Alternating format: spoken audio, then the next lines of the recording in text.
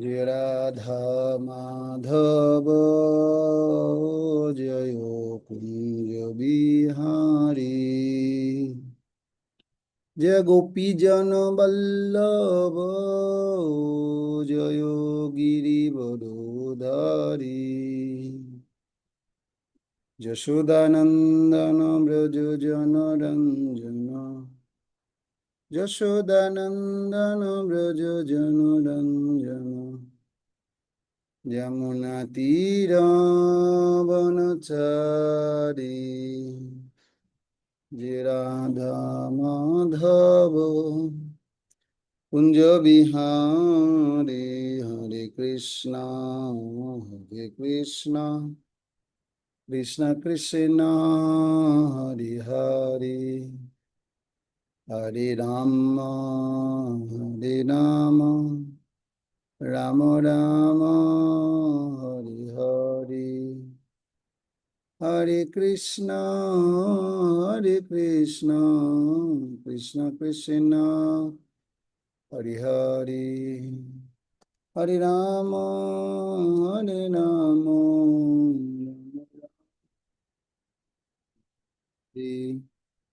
हरे कृष्ण कृष्ण कृष्ण हरे हरे हरे राम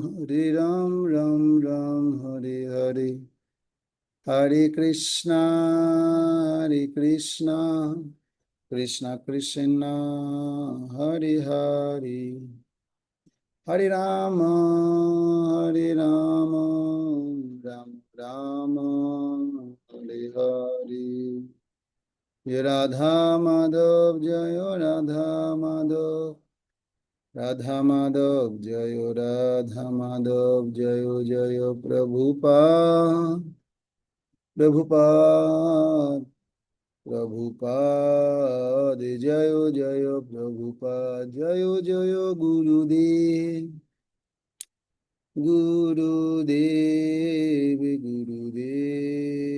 जय जय गुरुदेव निताय गौर हरि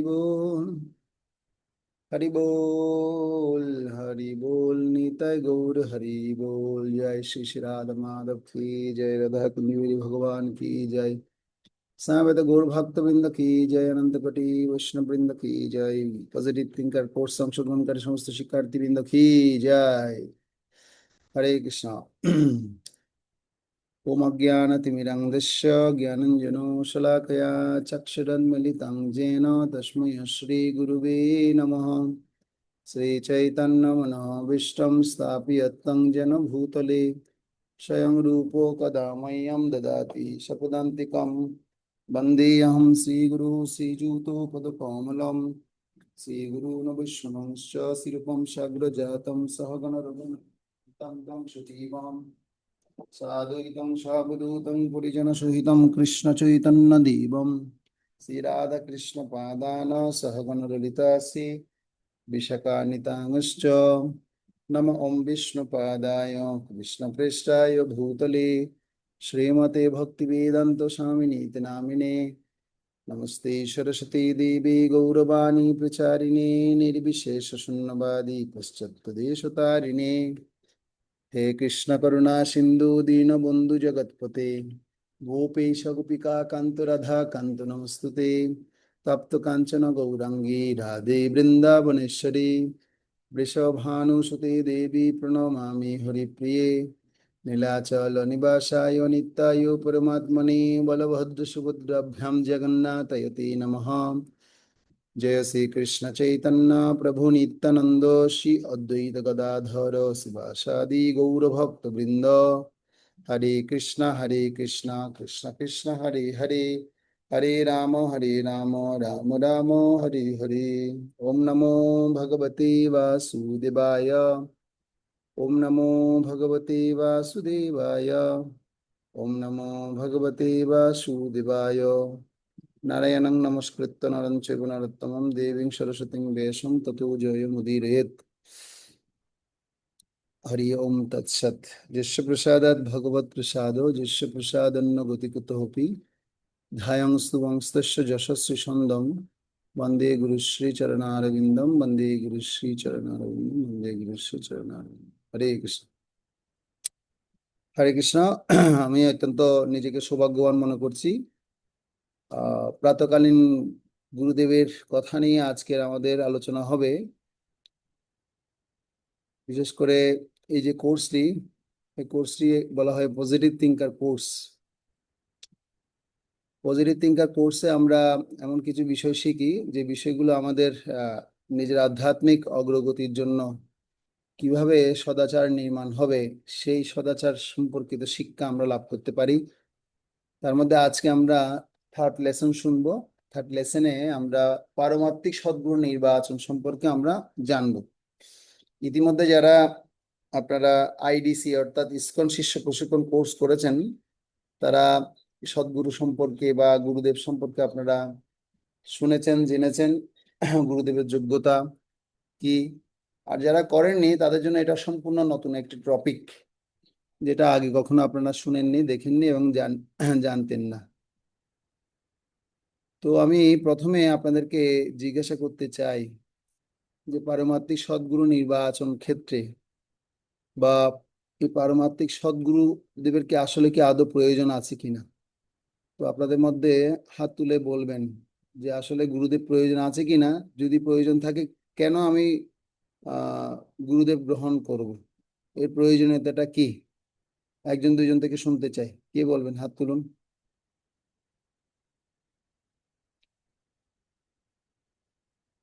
গুরুদেব কি, গুরুদেবের প্রয়োজনীয়তা কি।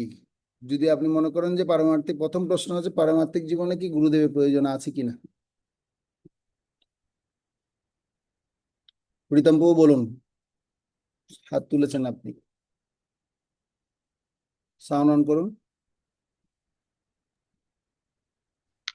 পারমার্থিক জীবনে সদ্গুরু অবশ্যই প্রয়োজন আছে, কারণ সদ্গুরু ছাড়া আমরা আহ মানে ভগবানের যে সেবা করার অধিকার, ওই অধিকারটা লাভ করতে পারবো না।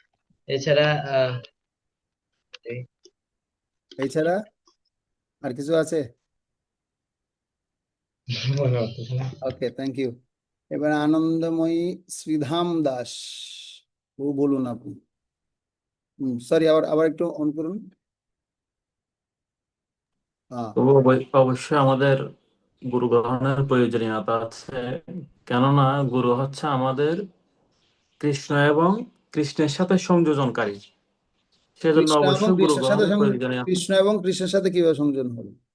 মানে কৃষ্ণের সাথে ভক্তদের হ্যাঁ, কৃষ্ণের সাথে সংযোজনকারী আমাদের সংযোগ করে দিবেন, আচ্ছা। সংযোগ। হ্যাঁ, সেজন্য অবশ্যই গুরু গ্রহণের প্রয়োজনীয়তা আছে। আচ্ছা, সুখদেব প্রভু বলুন।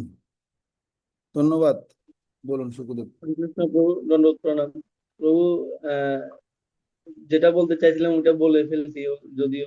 গুরুদেব আরে হচ্ছে অনেক কথা তো ভগবানের আছে। গুরুদেব হচ্ছে ভগবানের প্রতিনিধি। আমরা জীবনের জড়জাগতিক ক্ষেত্রে বা যে কোনো ক্ষেত্রে একজন শিক্ষকের প্রয়োজন হয়, শিক্ষকের হুম। ভূমিকা থেকেই থাকে। তো সেক্ষেত্রে পারমার্থিক শিক্ষার জন্য বা আধ্যাত্মিক ইয়েতেও আমাদের একজন গুরু গ্রহণের প্রয়োজনীয়তা আছেন, যিনি আমাদের কৃষ্ণের নিকট পৌঁছে দিবেন, আমাদের ওনার সাথে সম্পর্ক পুনঃস্থাপনে সহযোগিতা করবেন। সেই জন্য আমাদের গুরু গ্রহণ করা প্রয়োজন। ওকে, থ্যাংক ইউ প্রভু, খুব সুন্দর বলেছেন। যিনি আমাকে কৃষ্ণের নিকট পৌঁছিয়ে দিবেন। আর আমার এই জন্যই দরকার গুরু। যেরকম আমরা অন্য কোনো কিছু শিখতে গেলে একজন শিক্ষক আমরা ধরি, ইংরেজি শিখতে গেলে ইংরেজি টিচার ধরি, ম্যাথ শিখতে গেলে ম্যাথ টিচার ধরি, ইঞ্জিনিয়ারিং শিখতে গেলে ইঞ্জিনিয়ার কাছে যাই, ডাক্তারি শিখতে গেলে ডাক্তার ইনস্টিটিউশনে যাই, ডাক্তারের কাছে যাই। ঠিক তেমনি পারমার্থিক জ্ঞানে সমৃদ্ধ হতে গেলে আমাকে অবশ্যই একজন পারমার্থিক গুরু দরকার রয়েছে। তো এখন কথা হচ্ছে যে এই যে পারমার্থিক গুরু যে গ্রহণ করব, তাহলে সেই গুরুদেবটা হবেন কেমন। তিনি কি সদ্গুরু হবেন না অসৎগুরু হবেন। তো আপনাদেরকে আমি আরেকটা বিষয় জিজ্ঞেস করতে চাই। যিনি সদ্গুরু হবেন বা সে গুরুদেব, তিনি কেমন হবেন। তিনি কি আসলে আহ পান, বিড়ি, সিগারেট, মদ, গাঁজা বা আমিষ আহার, অবৈধ যৌনক্রিয়া এগুলোতে লিপ্ত থাকলেও তিনি কি গুরু হতে পারবেন, না অন্য কোনো বিষয় আসে। যে আমরা ইসকন কৃষ্ণমানবীতে আসছি, দেখতে পাচ্ছি আমাদের এখানে গুরুদেবের স্টেপটা ভিন্ন। তাহলে এই ভিন্নতা কেন, বলুন আপনার। কেন এই ভিন্নতা, কে বলবেন? প্রীতমবাবু বলুন। তো একজন গুরুকে অবশ্যই কৃষ্ণ তত্ত্ববেত্তা হতে হবে। আর এছাড়া হচ্ছে আহ তিনি অবশ্যই শাস্ত্র বিধি নিজেও পালন করবে এবং তার শিষ্যদেরকেও পালন করার জন্য উৎসাহিত করবে। আচ্ছা, ওকে, আর কেউ বলতে চান?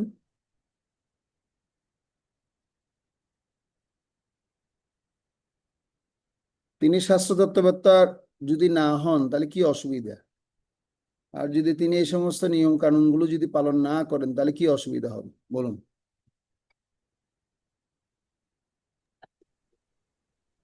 হরে কৃষ্ণ প্রভু।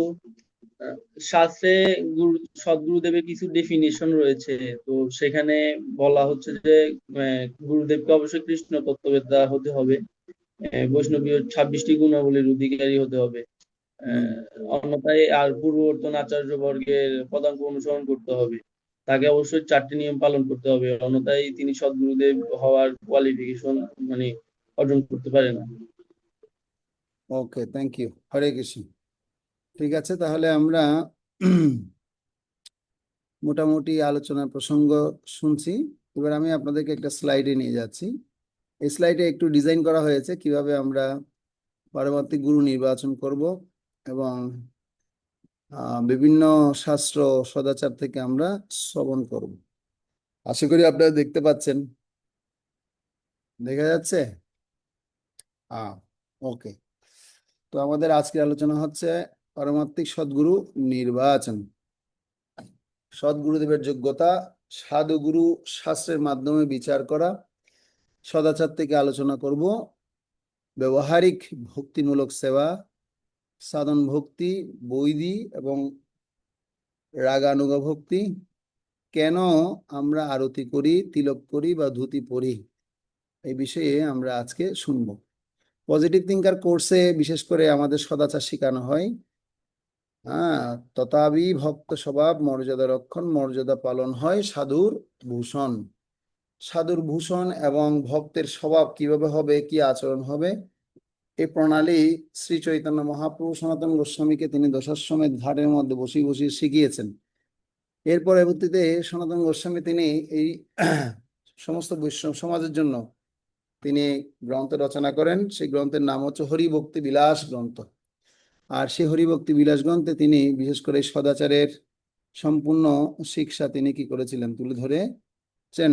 এবং সে হরিভক্তি বিলাসে যা গ্রন্থে যা কথা বলা হয়েছে, তো সেগুলোকে শিলা প্রভুপাদ ওখান থেকে এসেন্স গুলোকে নিয়ে তিনি আমাদের জন্য সদাচার তৈরি করেছেন।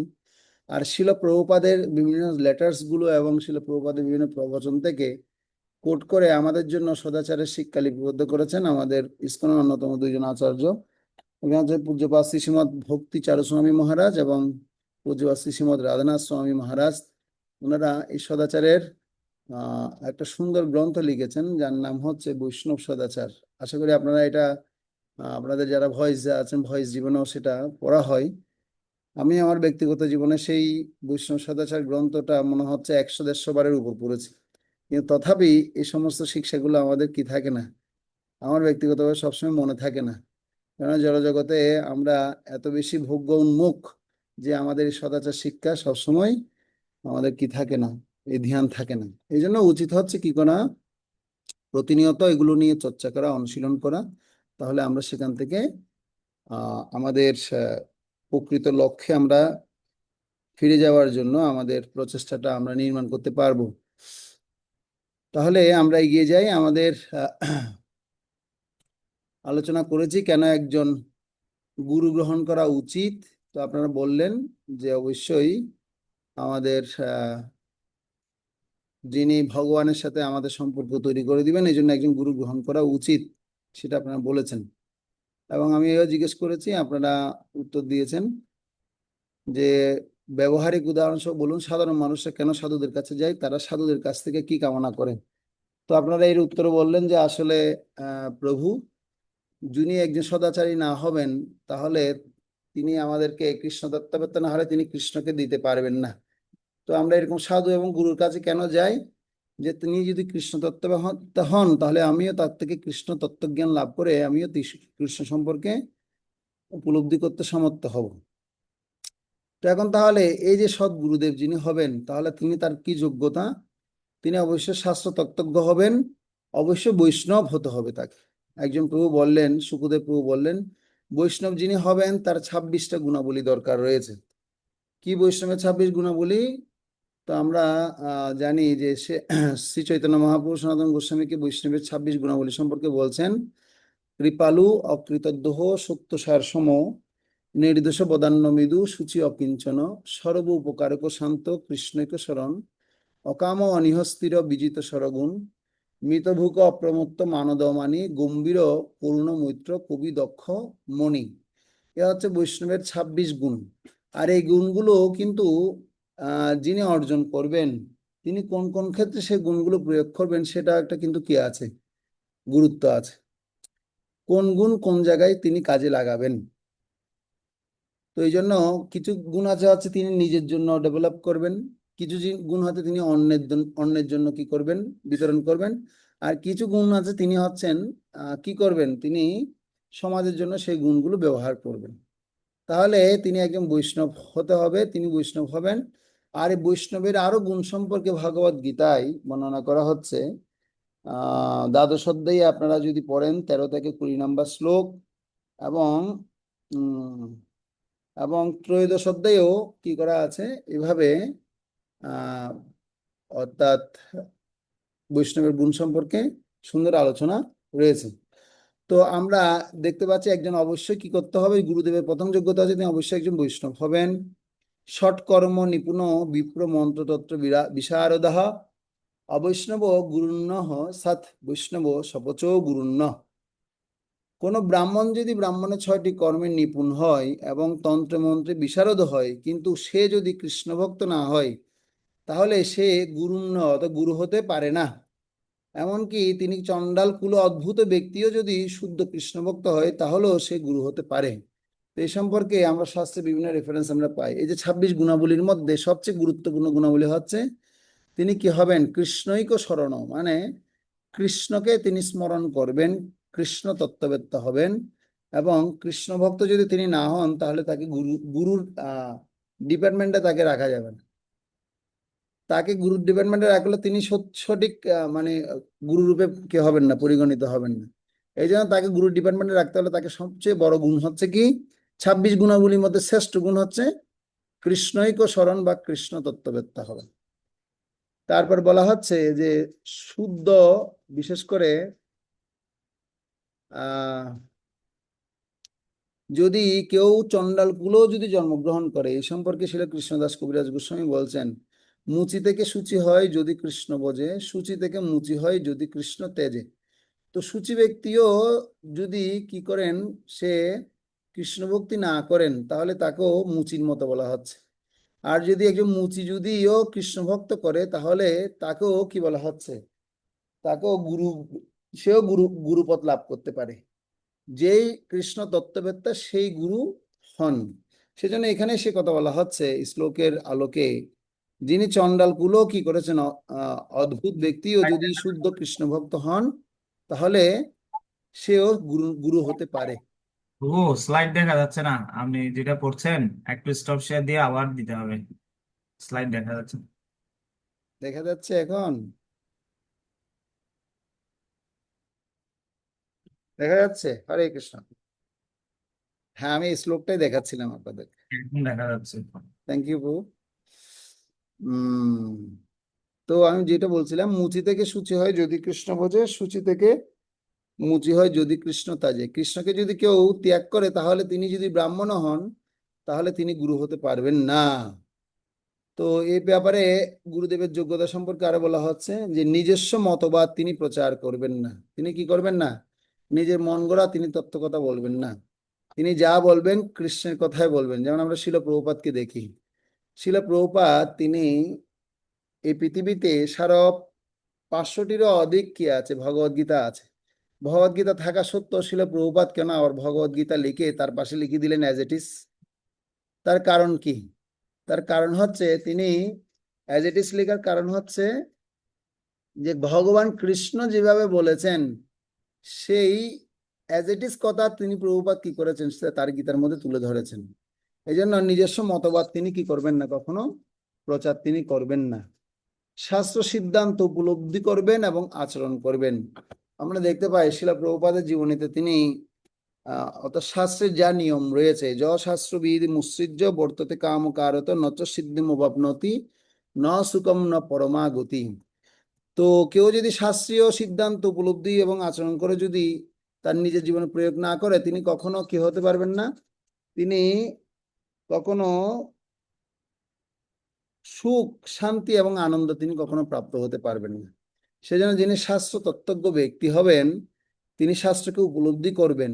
উপলব্ধি করার ফলেই তার মধ্যে একটা কি হবে, শান্তি, পরম সন্তোষ এবং আনন্দ তিনি লাভ করতে পারবেন। সেজন্য শাস্ত্র সিদ্ধান্ত উপলব্ধি ও আচরণ তিনি করবেন।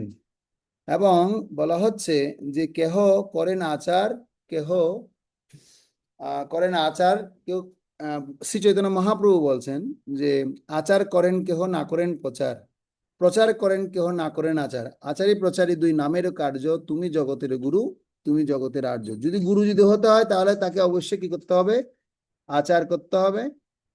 আর যদি কেউ আচার করছে কিন্তু প্রচার করছে না, তাহলেও তিনি গুরু হতে পারবেন না। তাহলে কি করতে হবে, আচার এবং প্রচার দুই নামের কার্য, তুমি জগতের গুরু, তুমি জগতের আর্য। কেহ করেন আচার, না করে প্রচার, কেহ করেন প্রচার, না করে আচার। প্রচার আচার প্রচার নামের করহ দুই কার্য, তুমি জগতের গুরু, জগতেরই আর্য যদি হতে চাই। আর্য কথাটির অর্থ হচ্ছে সভ্য। আর্য কথাটির অর্থ হচ্ছে কি, সভ্য। আমরা, আমাদেরকে হিন্দু বলা হয় না, আমাদের একটা পরিচয় রয়েছে, আমাদের প্রকৃত পরিচয় হচ্ছে আমরা হচ্ছে প্রত্যেকে হচ্ছে আর্য। আর্য বংশের আমরা কি অধিকারী। তো আর্য মানে তিনি শাস্ত্র মানেন, আর আর্য মানে তিনি সমস্ত শাস্ত্রের জ্ঞানগুলো লাভ করেন। আর যিনি আচার্য হন তিনি কি করেন, তিনি নিজের আচরণের মাধ্যমে সমস্ত শাস্ত্রীয় জ্ঞানগুলোকে তিনি কি করেন, প্রচার করেন। নিজে আগে সমস্ত শাস্ত্রগুলোকে আচার করেন, তারপর তিনি সেটা প্রচার করেন। তো এটা খুব গুরুত্বপূর্ণ বিষয়। চৈতন্য চরিতামৃতে যে শিক্ষা আমাদেরকে দিচ্ছে এটা খুব দরকার। তারপর তিনি কি হবেন, তিনি গুরু পরম্পরার ধারায় থাকবেন। তো আমরা জানি ভগবান কৃষ্ণ থেকে 4 ধরনের পরম্পরা এসেছে, ব্রহ্ম সম্প্রদায়, শ্রী সম্প্রদায়, রুদ্র সম্প্রদায় এবং সনক সম্প্রদায়। তো বিশেষ করে আমরা যে সম্প্রদায়ে আছি, আমাদের সম্প্রদায়কে বলা হয় ব্রহ্ম মধ্য গৌড়ীয় সম্প্রদায়। অর্থাৎ আমাদের এই সম্প্রদায়ের মধ্যে শ্রী চৈতন্য মহাপ্রভু যুক্ত হয়েছেন। তো ভগবান থেকে এই সমস্ত সম্প্রদায় তিনি আসছে। সেজন্য বলা হচ্ছে পদ্মপুরাণে একটা শ্লোকে, সম্প্রদায়িন বিহীনা যে মন্ত্রস্য নিষ্ফলা মতা অত কলয় ভবিষ্য আদি চত্বর সম্প্রদায়িন শ্রী ব্রহ্ম রুদ্র সনকা বৈষ্ণবা কি পাবনা চত্বরস্মে কলো ভাবত উৎকালে পুরুষোত্তম। মানে এই যে যিনি সম্প্রদায়, এই যে চারটা সম্প্রদায়, ব্রহ্ম সম্প্রদায়, রুদ্র সম্প্রদায়, সনক সম্প্রদায় এবং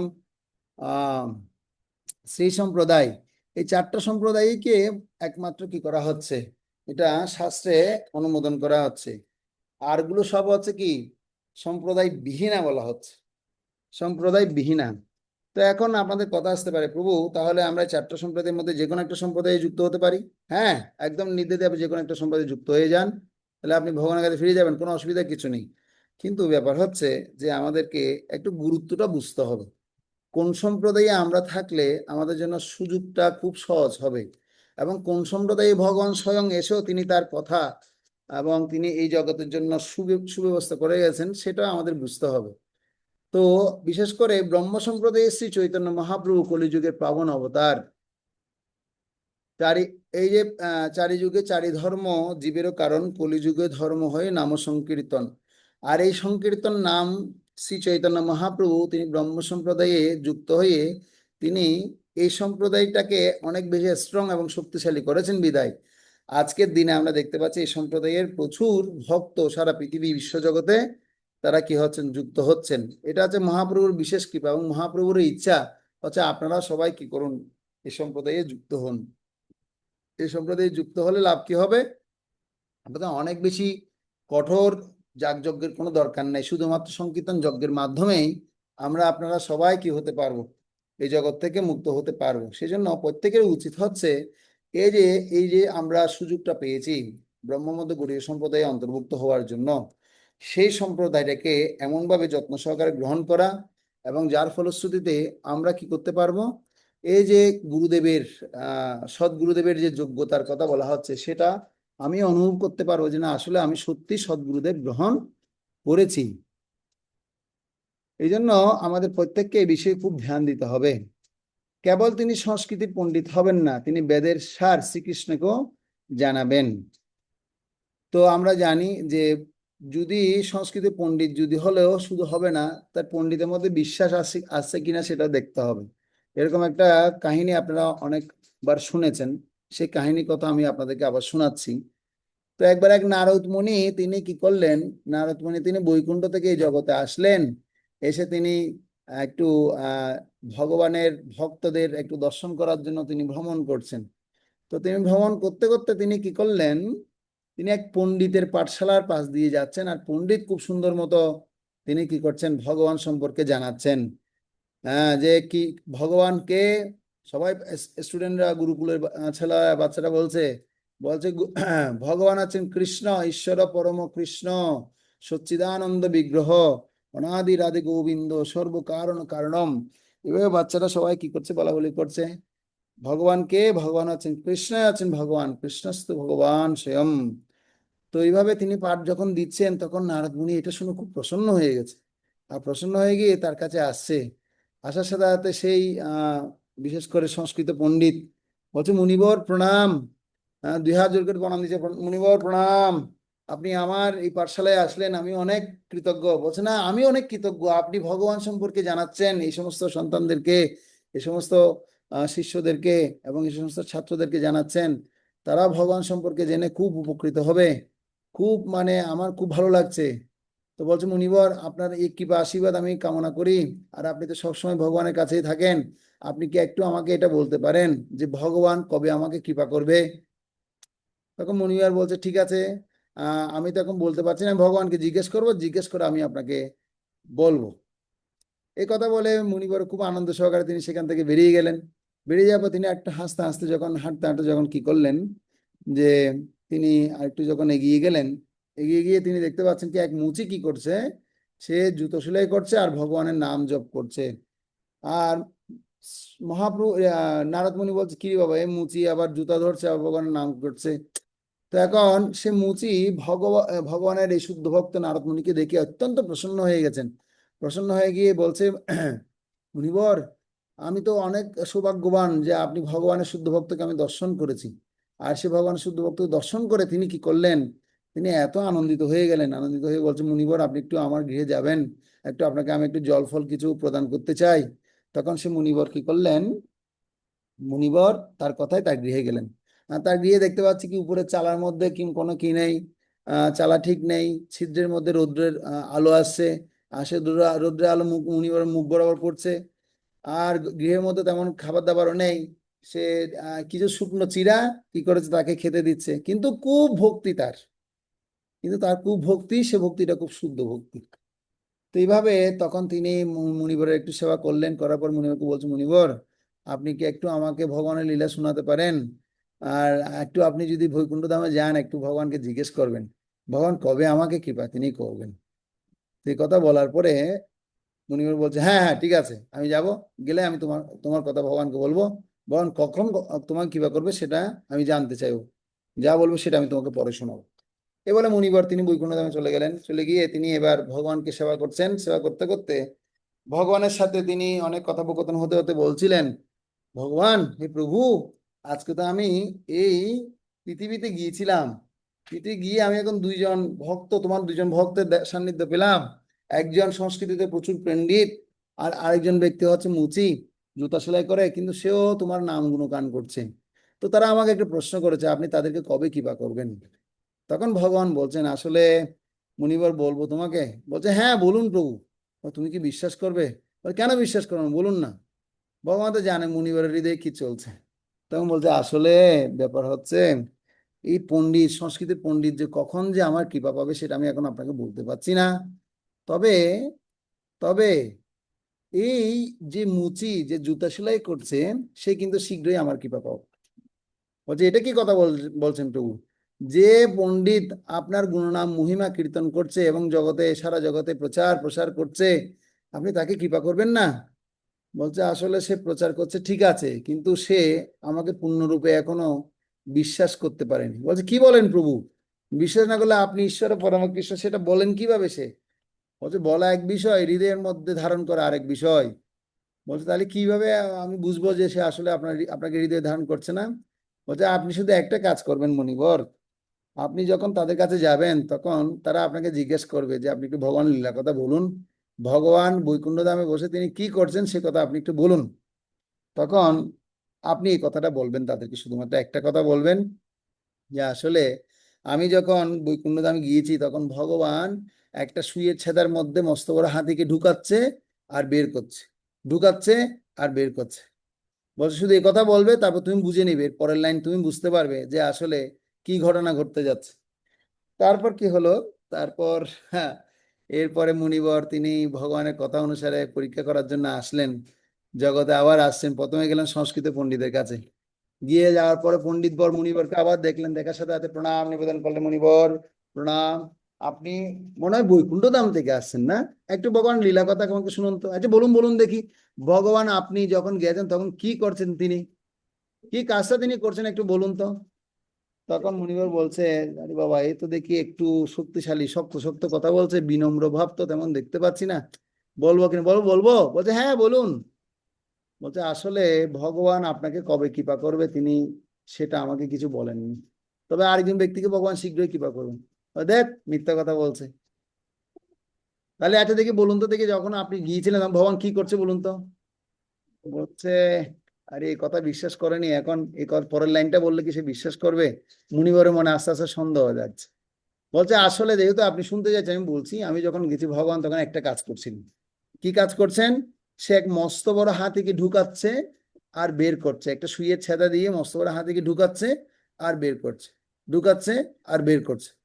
এটা কথা বলার পরে সাথে সাথে এই সমস্ত বাচ্চা সহ মুনি মানে পণ্ডিত কিটকিট কিটকিট করে হেসে দিয়েছে, করে হেসে দিয়েছে। তখন মুনিবর বুঝে গেছে, ও আচ্ছা, ভগবান এই জন্য বলছে একে যে কবে কিবা করবে আমার জানা নেই। অর্থাৎ সে ভগবানের বাণী প্রচার করছে ঠিক আছে, কিন্তু ভগবানের বাণী প্রচারের প্রতি ভগবানের প্রতি বিশ্বাস নেই।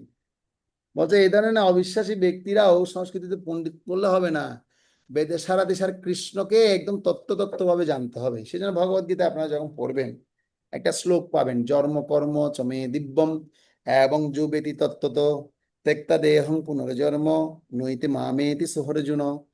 কেউ যখন ভগবানের এই জন্ম কর্ম সেটা যে দিব্য সেটা কিভাবে জানবে? যখন তত্ত্ব ভাবে জানবে। তো তত্ত্ব কথাটার সমাধান ভগবান কোথায় দিয়েছেন?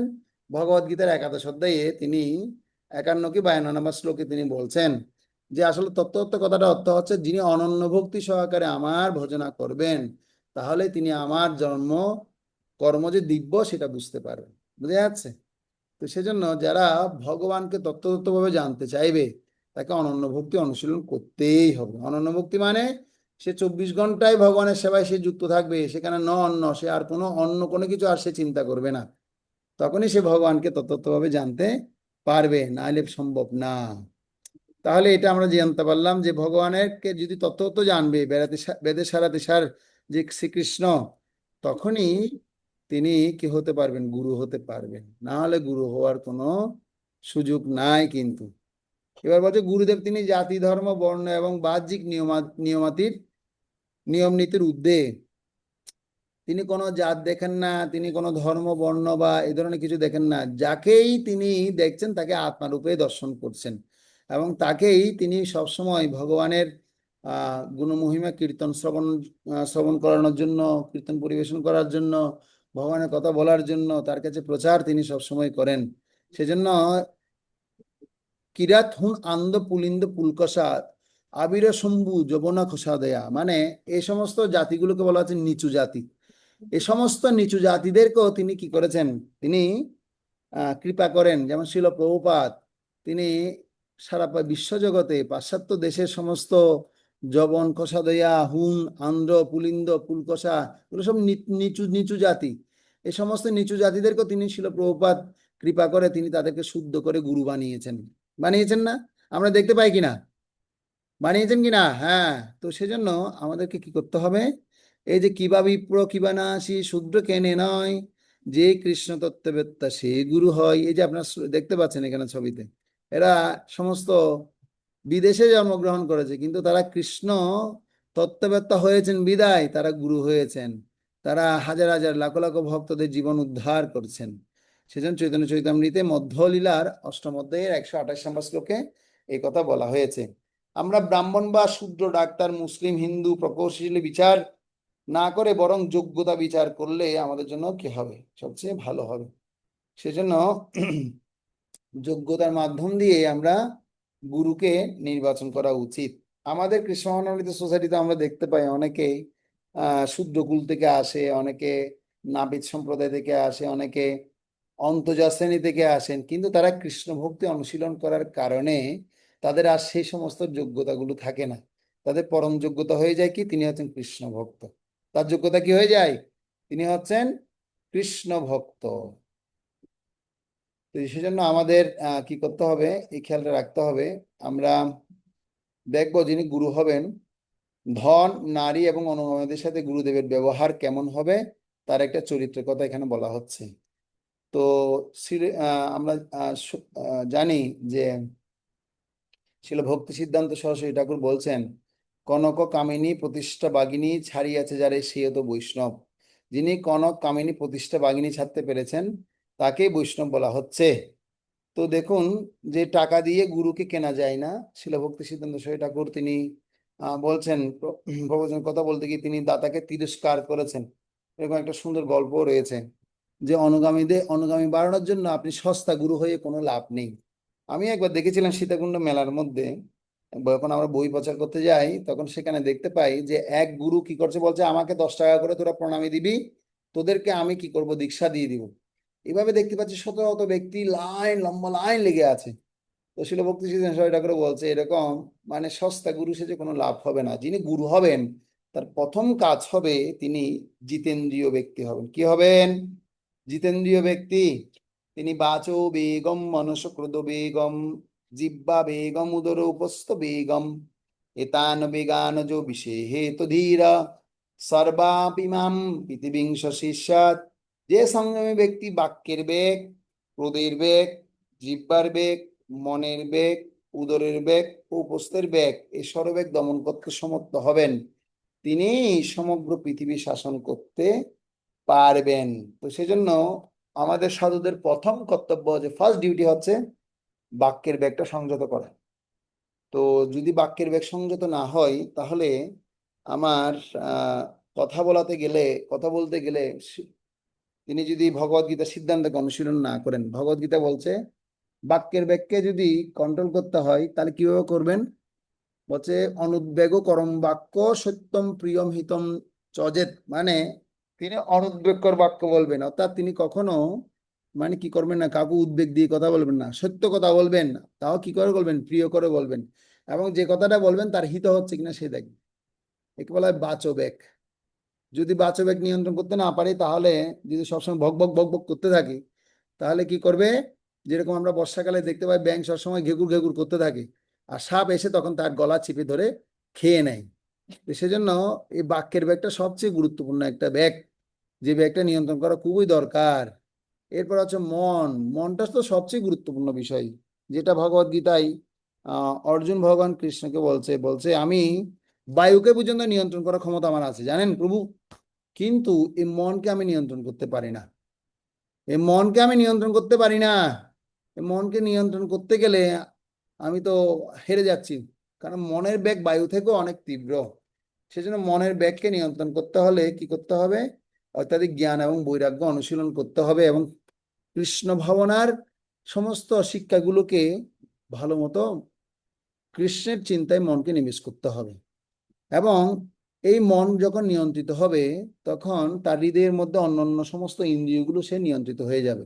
আমাদের যে বাহ্য ইন্দ্রিয়গুলো রয়েছে, পঞ্চ ইন্দ্রিয়গুলো, চক্ষু, কর্ণ, জিহ্বা, ত্বক এবং নাসিকা, এই সবগুলো ইন্দ্রিয়গুলো সবসময় কার দ্বারা পরিচালিত হচ্ছে? মনের দ্বারা পরিচালিত হচ্ছে। আর এই মনকে পরিচালনা করতে গেলে বুদ্ধিটা দরকার। ভগবদ্গীতা ভগবান বলছে এই বুদ্ধিটা যদি প্রপারলি ইউজ করা যাবে, ব্যবহার করা যাবে, তাহলে মনকে নিয়ন্ত্রণ করা যাবে। বন্ধুরাত্মা আত্মনস্তস্য অনাত্মানাত্মনা জিত অনাত্মানো তো শত্রুতে বর্ততে আত্মৈব শত্রুবৎ। বলছে এই মনে আছে তোমার পরম বন্ধু অর্জুন, মনে কিন্তু আবার তোমার পরম শত্রু। তাহলে এটা কি করতে হবে, যে মনকে বসে আনতে পেরেছে সে মনে আছে তার তার বন্ধু, আর যে মনকে নিয়ন্ত্রণ করতে পারেনি বুদ্ধি দ্বারা সে মনে আছে তার পরম শত্রু। শত্রু কোথায় বসে আছে? বাইরে না। আমরা বলি আমার শত্রু প্রীতম, আমার শত্রু সুখদেব, আমার শত্রু লিঙ্কন, আমার শত্রু না। শত্রু ওখানে কেউ বসে নাই, শত্রু বসে আছে হৃদয়ের মধ্যে। কাম, ক্রোধ, লোভ, মোহ, মদ, মাৎসর্য, যেগুলো সব শত্রু, সব হৃদয়ে বসে বাস করছে আর ছিঁড়িয়ে ছিঁড়িয়ে কুটিয়ে কুটিয়ে খাচ্ছে। কিন্তু আমরা শত্রু ভাবি বাইরের লোকটা আমার শত্রু। সেজন্য যে মনকে নিয়ন্ত্রণ করতে পারছে সে নিয়ন্ত্রিত ব্যক্তিদেরকে উদাহরণ দেওয়া হচ্ছে ষষ্ঠ অধ্যায়ের 21 নম্বর শ্লোকে। সুকমাত্যন্তিকাম যত্তদ বুদ্ধিগ্রাহ্যমতীন্দ্রিয়ম ব্যতীয়ত্র ন চৈবং স্তাং স্থিতশ্চলতি তত্ত্বত। যিনি পরম সুখের স্তর লাভ করেছেন তিনি সেই মনকে নিয়ন্ত্রণ করে পরম সুখ এবং সন্তোষ লাভ করেন। হ্যাঁ, এবং লাভ করে তিনি কি করেন, এর পরবর্তী শ্লোকে আপনারা দেখবেন পাবেন। হ্যাঁ, যদ্দা গরীয় করতন্য গরীয়, মানে বলা হচ্ছে যে তিনি সে মনকে এমনভাবে নিয়ন্ত্রণ করেছেন তিনি আর সেই স্থান থেকে আর বিচলিত হন না। তিনি সম্পূর্ণরূপে স্থির থেকে তিনি সমস্ত রকমের জড়জগতের কুলুসগুলোকে গ্রহণ করেও হৃদয়ের মধ্যে প্রশান্তি লাভ করে। তো আমি একবার কলকাতা ইয়াতে কলকাতা যখন আমি পড়াশোনা করার সুবাদে আমি ইউনিভার্সিটিতে একটা একটা আমি পেইন্টিং করেছিলাম। তো পেইন্টিংটা করেছিলাম হচ্ছে করোগেটেড শিট দিয়ে। করোগেটেড শিট মানে হচ্ছে খাঁজ কাটা শিট। আপনারা দেখবেন যে বক্স তৈরি হয়, বই যে কার্টুন রয়েছে সে কার্টুনের কথা বলছি, সে কার্টুন শিট দিয়ে আমি একটা ছবি এঁকেছিলাম। ছবিটা হচ্ছে একটা যোগীকে এঁকেছি, আর সে যোগীটা বসে আছে, আর পুরোটা আমি কেটে কেটে আঁকলাম। আঁকার পরে তখন আমার এই কাজটা দেখে স্যাররা খুব খুশি হয়েছে। খুশি হয়ে বলছে তুই কেন এই কাজটা এই কাগজটা ব্যবহার করলি, কেন রং দিয়ে করতে পারিসনি? আমি বলছি স্যার এখানে মিনিং আছে। মিনিং হচ্ছে যে আমরা এই যে যারা সাধক হব বা যারা তপস্যা করবে, তপস্যাকারী ব্যক্তিরা বাহ্যিকভাবে তারা অনেক ধরনের কি হবে ঘাত প্রত্যাঘাত পাবে, কিন্তু ভিতরের জিনিসটা সে কি রাখবে, সম্পূর্ণভাবে ঠিক রাখবে। বুঝা যাচ্ছে কি বলতে চাইছি? ভিতরের জিনিসটা ঠিক রাখবে মানে হচ্ছে তিনি ভিতরে যেন কোনো পণ্য যেন নষ্ট না হয়। আর এই কোরোগেটেড শিটটা কেন ব্যবহার করেছি, এটা এই জন্য ব্যবহার করেছি যে এই বক্স কার্টন বক্স সেটা কি হচ্ছে, সে বাইরে অনেক আঘাতপ্রাপ্ত হচ্ছে, অনেকভাবে তাকে ঠেলাপুলা দিয়ে ছুরি মেরে তাকে কি করা হচ্ছে, দেয়া হচ্ছে, কিন্তু ভিতরে পণ্য কিন্তু কখনো কি হচ্ছে না, নষ্ট হচ্ছে না। তার কারণ কি, ওইটাকে সেফ রাখছে। ঠিক তেমনি আমাদের হৃদয়ের মধ্যে আমরা যদি মনকে ঠিক রাখতে পারি, বাহ্যিক যত রকমের অ্যাংজাইটি আমার আসুক না কেন, কেউ আমাকে দুঃখ দিল, কেউ আমাকে কষ্ট দিল, তখন আমি স্থির থাকবো। সুখে দুঃখে সমকৃত্যা লাভা লাভ জয়া জয়, সুখ দুঃখে লাভ ক্ষতিতে জয় পরাজয়ে আমি তখন কি থাকবো, জয়া জয় স্থির থাকবো। আর এই স্থির থাকলে থাকতে পারবো একমাত্র মনটা নিয়ন্ত্রণ করার ফলে। আর মনটা কিভাবে নিয়ন্ত্রিত হবে? এটা বুদ্ধি দ্বারাই হবে। তো এ হচ্ছে মনের ব্যাগ। আর অনেক কথা বলা যায় মন সম্পর্কে, শুধু 5 ঘন্টা ক্লাস দেওয়া যায়। শুধু মন সম্পর্কে কত কথা আচার্যরা বলেছেন। আপনারা যদি ভক্তিগীতি সঞ্চয়নটা উল্টিয়ে দেখেছেন কখনো, আপনারা মন সম্পর্কে কত কথা বলেছে সেখানে। শুধু ভক্তি বিনোদ ঠাকুরের ভজনগুলো আপনারা পড়বেন। আমাদের যখন আশ্রয় নিমাই প্রভু ছিল, আমার আজকে মনে পড়ছে আশ্রয় নিমাই প্রভুর কথা, তিনি ভক্তিগীতি সঞ্চয়ন প্রায় মুখস্থ হয়ে গেছে। আর সে আশ্রয় নিমাই প্রভু তিনি কি করতেন, আমাদেরকে শোনাতেন। বলছে ও শাস্ত্র প্রভু দিকে আসুন তো, একটা একটা ভজন আপনাকে শোনাচ্ছি, মনের ভজন। এই দিনে আমাকে একটা কি করলো, মানে মেসেজ দিল, বলছে আপনাকে তো আমি সবসময় প্রয়োজনের জন্য কল করি, আজকে প্রয়োজন ছাড়া কল দিচ্ছি আপনাকে। এই মেসেজটা দিয়েছি প্রয়োজন ছাড়া। কেন? যে আমি একটু মন সম্পর্কে আপনাকে শোনাবো। ওই মন সম্পর্কে শোনাতে গিয়ে তিনি ভক্তি ওই যে ভজনটা গাইছেন। বিশেষ করে ভক্তি বিনোদ ঠাকুরের অনেকগুলো মন সম্পর্কে ভজন আছে, আপনারা পড়বেন, পড়লে মনকে নিয়ন্ত্রণ করার শিক্ষা আরো সেখান থেকে লাভ করতে পারবেন। তো এই জন্য এই মন সম্পর্কে অনেক বেশি শোনা দরকার, তাহলে মনটা নিয়ন্ত্রিত হওয়ার শিক্ষা সে লাভ করবে। কেউ ঘুমাচ্ছেন নাকি? ঘুমাবেন না, চোখ মেলেন। ঘুমানোর জন্য ক্লাস করাচ্ছি না, এখন সকালবেলা হয়ে গেছে, আবার কিসের ঘুম? হ্যাঁ, ঠিক আছে। তো এরপরে বলা হচ্ছে ক্রোধ। মনের পর হচ্ছে কি ক্রোধ। ক্রোধটা এমন একটা জিনিস, এটা নিয়ন্ত্রণ সহজে হবে না। সেজন্য ক্রোধটাকে অন্যের কাজে লাগাতে হবে। কাজে কাজে লাগাবেন? অন্যকে মারামারি কাজে লাগাবেন? ভক্ত পাশে বসে আছে তার সাথে ঝগড়াঝাটি করার জন্য লাগাবেন? না। ক্রোধটা নিয়ন্ত্রণ করবেন কিভাবে? ক্রোধ ভগবত বিদ্বেষী জনে। ক্রোধটা যারা ভগবত বিদ্বেষী আছে তাদের কাজে লাগাতে হবে। ক্রোধ কখনো বৈষ্ণবদের ক্ষেত্রে লাগানো উচিত নয়। শিল প্রভুপাদ বলছে বৈষ্ণব যিনি হবেন তিনি গোলাপ ফুলের পাপড়ির মতো কোমল হবেন, কিন্তু বৈষ্ণব সমাজে তিনি কোমল, কিন্তু বজ্রের মতো তিনি আবার কঠোর হবেন। তো বজ্রের মতো কঠোর কখন হবেন তিনি?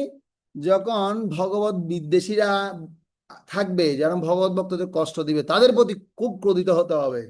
যেমন উদাহরণ দেওয়া হচ্ছে যে শ্রী চৈতন্য মহাপ্রভু, নিত্যানন্দ মহাপ্রভু মাথা যখন ফাটিয়ে দিয়েছে তখন মহাপ্রভু এমন রেগে গেছে, বলছে জগাই মাতা তোদেরকে আজকে এখন আমি নিধন করব। তার কারণ কি? কারণ সে ভগবান মহাপ্রভুর পরম মানে ভ্রাতা নিত্যানন্দ প্রভুকে সে আঘাত করেছে। যেন বৈষ্ণবদের যখন কেউ অন্যরা আঘাত করবে তখন বৈষ্ণবরা শান্ত থাকে না, তখন তারা কি হয়ে যায়? ক্রোধিত হয়ে যান। তখন তাকে হয়তো শাস্ত্র যুক্তি দ্বারা পরাস্ত করেন, নয়তো তার জিহ্বা তিনি নিজে কেটে ফেলেন, নয়তো শেষ স্থান থেকে তিনি পরিত্যাগ করে চলে আসেন। তো এখন আমরা কোনটা করতে পারবো? এই ক্রোধ আসলে এখন কি করবেন আপনি? ওকে ওর জিহ্বা কেটে দিতে পারবেন? পারবেন? পারবেন না। কি করতে হবে তাহলে? কি করতে পারবেন? তাকে শাস্ত্র যুক্তি দ্বারা পরাস্ত করতে হবে। যদি করতে না পারেন তাহলে সে স্থান থেকে চলে আসতে হবে, তাহলে ক্রোধ নিয়ন্ত্রণ হবে। সেজন্য ক্রোধকে দমন করতে গেলে আমাদের ভীষ্মদেব তিনি বলছেন ক্রমিসম ক্ষোভী মন কাশবিক, ক্রোধ আসলে ক্ষমা করতে হবে। কি করতে হবে? একটাই প্রসেস, ক্রোধ যখন এসে যাবে ক্ষমার মাহাত্ম্য শিখতে হবে। আরে ক্রোধ আসে এখন ক্ষমা করতে হবে। ভীষ্মদেবের আপনার উপদেশ পড়বেন, তিনি আমাদের জন্য 9টা উপদেশ দিয়েছেন।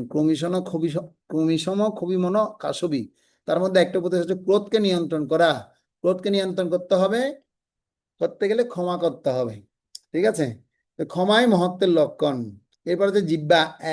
এই জিহ্বাটা খুব গুরুত্বপূর্ণ জায়গা, 2.5 ইঞ্চি জায়গা, কিন্তু সমস্ত মানুষ এই 2.5 ইঞ্চি জায়গায় হেরে যাচ্ছে। অন্য সব ইন্দ্রিয় নিয়ন্ত্রণ করতে পারলো, এই জিহ্বাটাকে নিয়ন্ত্রণ করতে পারছে না। কারণ এই জিহ্বা যদি কেউ নিয়ন্ত্রণ করতে পারবে তার উদরটা নিয়ন্ত্রণ হয়ে যাবে, আর উদর নিয়ন্ত্রণ হয়ে যাওয়া মানে হচ্ছে তার উপস্থ নিয়ন্ত্রণ হয়ে গেছে, মানে জনইন্দ্রিয়। জনইন্দ্রিয়টা কি হয়ে যাবে? নিয়ন্ত্রণ হয়ে যাবে। সেজন্য জিহ্বার সাথে উদরের সম্পর্ক, উদরের সাথে উপস্থের সম্পর্ক রয়েছে। যাক, এগুলো অনেক বড় আলোচনা, এগুলো অত দিক দিয়ে যাচ্ছি না। আপনারা যখন উপদেশামৃত গ্রন্থ পড়বেন সেখানে আরো পাবেন। একটা কথা বলি, জিহ্বাকে নিয়ন্ত্রণ করতে হলে জিহ্বার লালসে যে ইতি উতি ধাই, শিষ্ণ উদর পরায়ণ কৃষ্ণ নাহি পাই। জিহ্বার লালসে যে ইতি উদি এখানে ছুটছে ওখানে ছুটছে, হ্যাঁ বৈষ্ণব সেবা, এই বৈষ্ণব সেবা খাওয়া, ওই বৈষ্ণব সেবা খাওয়া, এখানে ছুটে ওখানে ছুটে, এই জিহ্বাটাও ওখান থেকেও কি করতে হবে? নিয়ন্ত্রণ করতে হবে। যিনি বৈষ্ণব সঠিকভাবে ধর্মভক্তি অনুশীলন করবেন তিনিও চেষ্টা করবেন এই যে এত স্পাইসি খাবার খাইলাম, খাওয়ার পরে কি আমার ইন্দ্রিয়গুলো ছটপট ছটপট করছে কিনা, মন ছটপট ছটপট করছে কিনা, মন কি জন ইন্দ্রিয় বা যৌন বেগের দ্বারা আকৃষ্ট হচ্ছে কিনা বুঝতে হবে। যেহেতু ছেলেরা আছেন বলছি আপনাদেরকে, সেজন্য বুঝতে হবে। না বুঝলে আপনারা বুঝতে পারবেন না যে আসলে মনকে নিয়ন্ত্রণ করা কতই কঠিন ব্যাপার। শুধু ছেলেদের জন্য ব্যাপার না, এটা মেয়েদেরকেও একইভাবে নিয়ন্ত্রণ করা উচিত প্রত্যেককে। সেজন্য যিনি গুরুদেব হবেন তার এই ব্যাগগুলো অবশ্য দমন করতে হবে। উদর নিয়ন্ত্রণ হবে জিহ্বার দ্বারা, উপস্থ নিয়ন্ত্রণ হবে উদরের দ্বারা। এটা এই তিনটা ইন্দ্রিয় একই সরলরেখায় অবস্থিত। প্রভুপাদ উপদেশামৃত গ্রন্থে এই শ্লোকেই বলছেন যে তিনটা ইন্দ্রিয় একই সরলরেখায় অবস্থিত। সেজন্য জিহ্বাকে নিয়ন্ত্রণ করতে গেলে শুধু আর কি করতে হবে? দুটো কাজ দিয়েছেন প্রভুপাদ। একটা হচ্ছে পবিত্র হরিনাম জপ, হরে কৃষ্ণ কৃষ্ণ কৃষ্ণ হরে হরে, হরে রাম রাম রাম হরে হরে।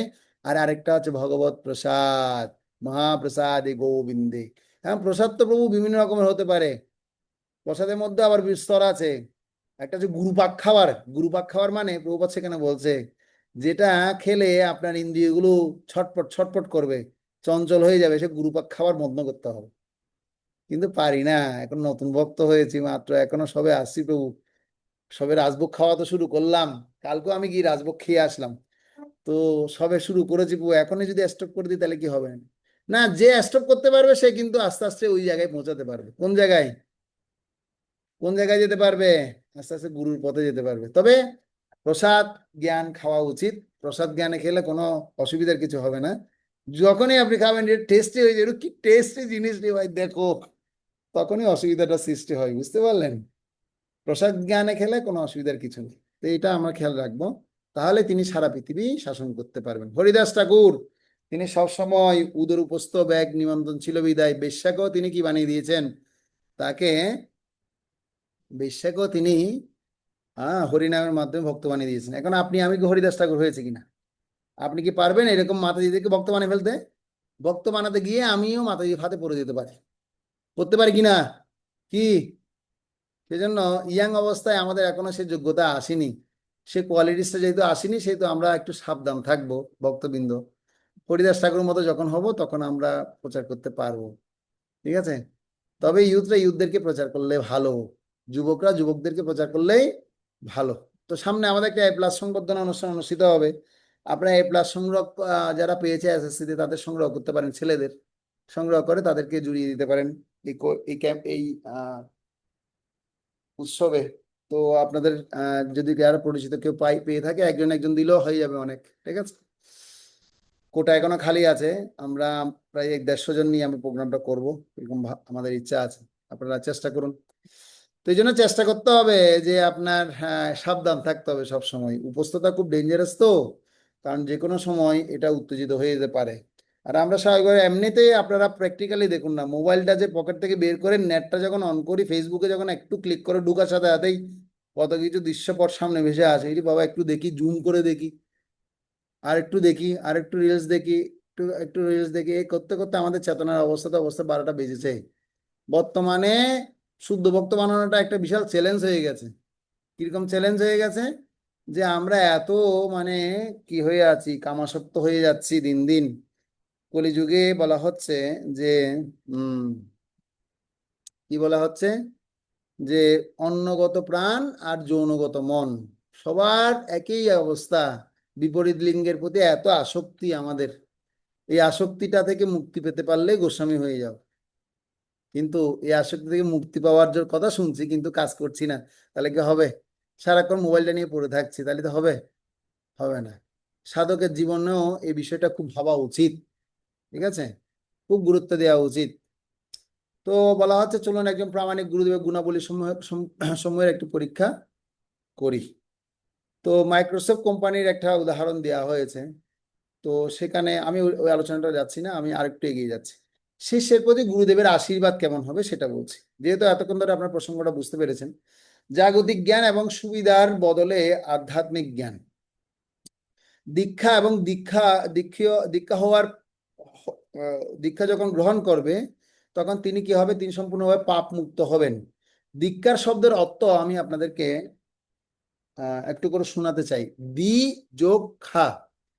দি মানে কি? দিব্য জ্ঞান প্রদান করবেন। খা মানে হচ্ছে দিব্য জ্ঞান প্রদান করার মাধ্যমে আমাকে সমস্ত পাপ থেকে মুক্ত করবেন যিনি। তো এই দীক্ষা কথাটার মূল অর্থ হচ্ছে তিনি দিব্য জ্ঞান প্রদান করার মাধ্যমে সম্পূর্ণভাবে আমাকে পাপ মুক্ত করাটাকে বলা হচ্ছে দীক্ষা।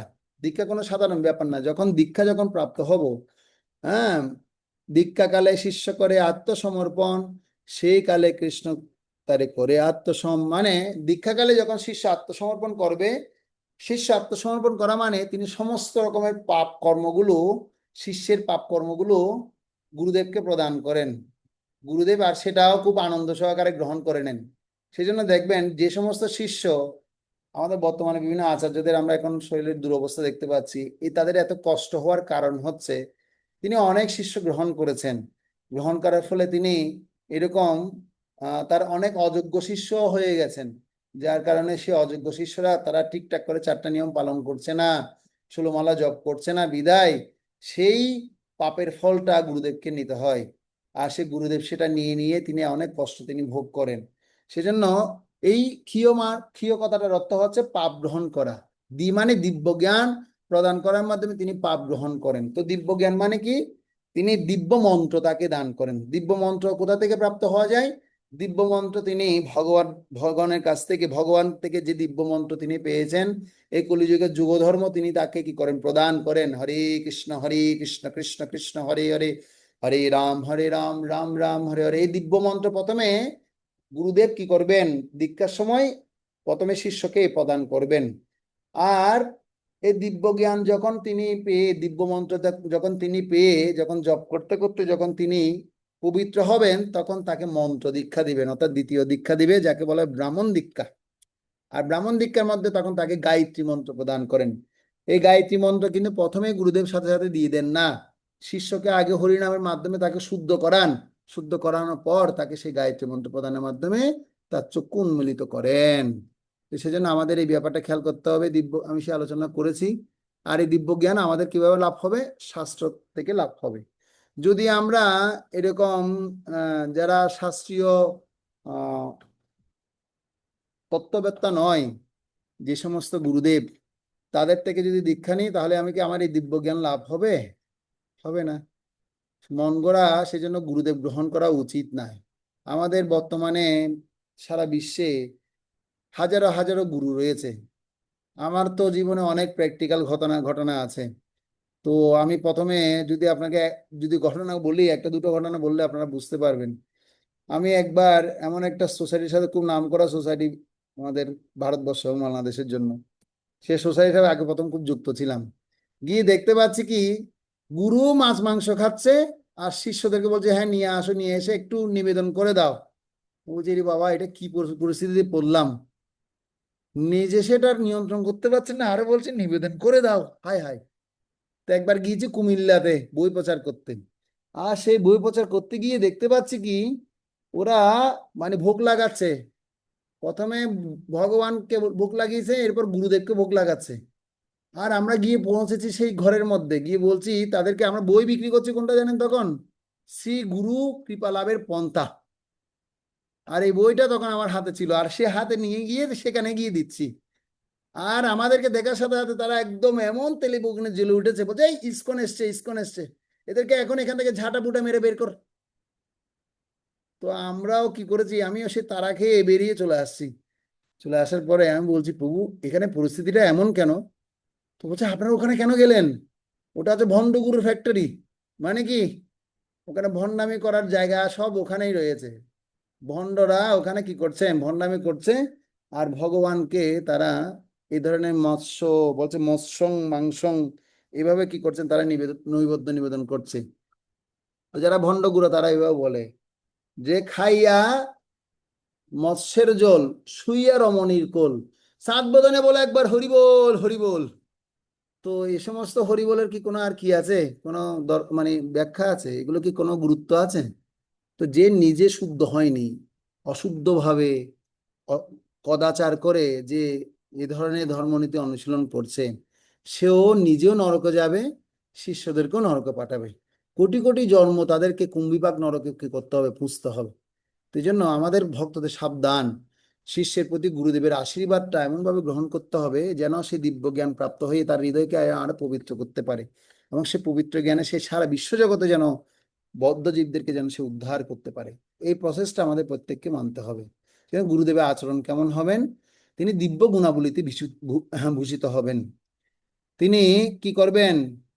ভাগবতমের শ্লোকে বলা হচ্ছে, তিতিক্ষাব কারুণিকা সুহৃদ সর্বদেহিনাম অজাত শত্রুব শান্তা শান্ত সাধব ভূষণা। তিনি, তার প্রথম গুণ হচ্ছে তিনি তিতিক্ষা হবেন, অত্যন্ত তিনি ক্ষমাশীল, মানে তার ধৈর্য থাকবে। কারুণিকা, অত্যন্ত করুণাপরায়ণ হবেন বদ্ধজীবদের প্রতি। নারদ মুনি বাজাই বিনার আদিকা রমণ নামে তিনি কি করছেন? সারা বিশ্ব ব্রহ্মাণ্ডে ঘুরে ঘুরে সমস্ত বদ্ধজীবদেরকে তিনি কি করছেন? নারায়ণ নারায়ণ মহামন্ত্রের মাধ্যমে, কৃষ্ণনাম মহামন্ত্রের মাধ্যমে তিনি সবাইকে, জগৎবাসীকে, বদ্ধজীবদেরকে উদ্ধার করছেন। আর সমস্ত জীবের তিনি সুহৃৎ হবেন। তিনটা বিষয় আছে, একটা হচ্ছে সুহৃৎ, একটা বন্ধু, একটা মিত্র। মিত্র যে, আচ্ছা বন্ধুর কথা প্রথমে বলি। বন্ধু মানে পকেটে যতক্ষণ টাকা থাকবে ততক্ষণ আপনার বন্ধু থাকবে। পকেটে টাকা শেষ, আপনি কোনো সহযোগিতা করতে পারছেন না, ঠিক আছে, আপনাকে বন্ধুর কি করে দিবে? ত্যাগ করে দিবে। যেমন দেখুন ছোটবেলা থেকে আমাদের কত বন্ধু ছিল, এখন কয়জন আছে বন্ধু আপনাদের? আর আছে কি না? এখন আর সেই বন্ধু আর খুঁজে পাওয়া যায় না। তো বলছে এই বন্ধু থেকে বড় হচ্ছে মিত্র। মিত্র সে কি করবে? সে আমৃত্যু পর্যন্ত আপনার সাথে থাকবে। মৃত্যুর পরও আপনাকে পুড়ে ছাই করে দিয়ে গঙ্গায় জলে ভাসিয়ে দেওয়ার পরও তিনি কান্না করবেন আপনার জন্য। একে বলা হয় মিত্র। আর মিত্র থেকে সবচেয়ে বড় স্ট্রং ব্যাপার ব্যক্তি হচ্ছেন সুহৃৎ। সুহৃৎ কিন্তু এরকম বন্ধু এবং মিত্রের মতো নয়, তিনি অতীতও ছিলেন, বর্তমানেও আছে, ভবিষ্যতেও থাকবেন। তাহলে সুহৃৎটাকে, সুহৃদ সর্বদেহী নাম, সমস্ত জীবের হৃদয়ে তিনি অবস্থান করছেন পরমাত্মা রূপে। ভগবান শ্রীকৃষ্ণ হচ্ছেন আমাদের একমাত্র সুহৃৎ। তো সেই সুহৃৎকে আমাদের প্রত্যেককে কি করা উচিত? গ্রহণ করা উচিত। না বলুন বন্ধু, না বলুন মিত্র। কেউ আমাদেরকে আমাদের সাথে সবসময় থাকবে না, অতীতেও থাকবে না, ছিল না, বর্তমানেও থাকবে না, ভবিষ্যতেও থাকবেন না। তাহলে কি করতে হবে? অতীত, বর্তমান, ভবিষ্যৎ তিনজন, তিন তিন তিনটার জন্য যুগোপযোগী করে কাকে গ্রহণ করতে হবে? ভগবানকে চরিত্ররূপে গ্রহণ করবেন। আর শিল প্রভুপাদ ছিলেন এরকম শুদ্ধ ভক্ত, তিনি কৃষ্ণের কৃপাকে সবসময় অনুভব করতেন, এবং অনুভব করতে করতে তিনি সমস্ত জীবের হৃদয়কেও তিনি কি করেছেন? কৃষ্ণ ভাবনামৃতে প্রবেশ করিয়ে সবাইকে মুক্ত করেছেন। সে ভগবত ভক্ত সর্বদাই সহিষ্ণু, অত্যন্ত কৃপাপরায়ণ, সর্বজীবের সুহৃদ, শাস্ত্রানুগ, অজাত শত্রু সম্পন্ন, তার কোনো শত্রু থাকবে না। যিনি ভগবত ভক্ত হবেন, যিনি যথার্থ আচরণ করবেন, তার কোনো শত্রু হবে না। তিনি কোনো অন্য কোনো জীবদেরকেও কোনো পক্ষপাতীও করবেন না। ভগবত গীতা যেরকম বলছে, আমি কোনো পক্ষপাতী করি না অর্জুন, কিন্তু যে আমার ভক্ত, আমি তার ভক্ত, আমি তার হৃদয়ে থাকি, সে ভক্ত আমার হৃদয়ের মধ্যে থাকে। পক্ষপাত করে না কিন্তু, কিন্তু যে আমার ভক্ত, আমি তার হৃদয়ে থাকি, তিনিও আমার হৃদয়ে অবস্থান করে। তো সেজন্য ভক্ত তিনি অজাতশত্রু হন, শান্ত হন, এবং এই সকল গুণাবলী সাধুর ভূষণ রূপে পরিগণিত হয়। তথাপি ভক্ত স্বভাব মর্যাদা রক্ষণ, মর্যাদা পালন হয় সাধুর ভূষণ। ঠিক আছে। উদাহরণ হরিদাস ঠাকুর, তার জীবন থেকে। হরিদাস ঠাকুরকে 22 বাজারে ব্যত্রাঘাত করা হয়েছে, তথাপি তিনি কিছু বলেছে? বলছে, হরিদাস তুমি মরো, না মরলে তো আমাদের গর্দন যাবে। বলছে, ঠিক আছে, যথাজ্ঞা, তোমরা আর আমাকে চাবুক মারার দরকার নেই, আমি এখনই দেহত্যাগ করছি। দেহত্যাগ করেছে, আর গিয়ে বলছে, কাজীকে বলছে, আহ হরিদাস দেহত্যাগ করেছে, বলছে একে একটা কাজ করো, গঙ্গার মধ্যে ভাসিয়ে দাও। আর গঙ্গার মধ্যে ভাসিয়ে দিয়েছেন, অন্য দিক দিয়ে উঠে তিনি এবার হরে কৃষ্ণ মহামন্ত্র জপ করছে। হরে কৃষ্ণ কৃষ্ণ কৃষ্ণ হরে হরে, হরে রাম রাম রাম হরে হরে। তিনি হচ্ছেন হরিদাস ঠাকুর। আমরা কি হরিদাস ঠাকুর মতো পারবো? আমাদের তো কেউ যদি একটা ডিল মারলে আমরা কি করি? সাথে সাথে পাটকেলটি চালিয়ে দিই। ডিল মেরেছিস তো পাটকেলটি খেতেই হবে। সেজন্য কিছু বিষয় আছে, নিজেকে কেউ যখন অপমান, নিজের জন্য, অর্থাৎ কেউ যখন নিজে নিয়ে অন্য ব্যক্তি যখন নিজেকে, অর্থাৎ আমাকে যখন কেউ অপমান করবে, তখন সেটা আমি সহন করব। এটা আমাকে স্থিতিশীল হতে হবে, সহিষ্ণু হতে হবে।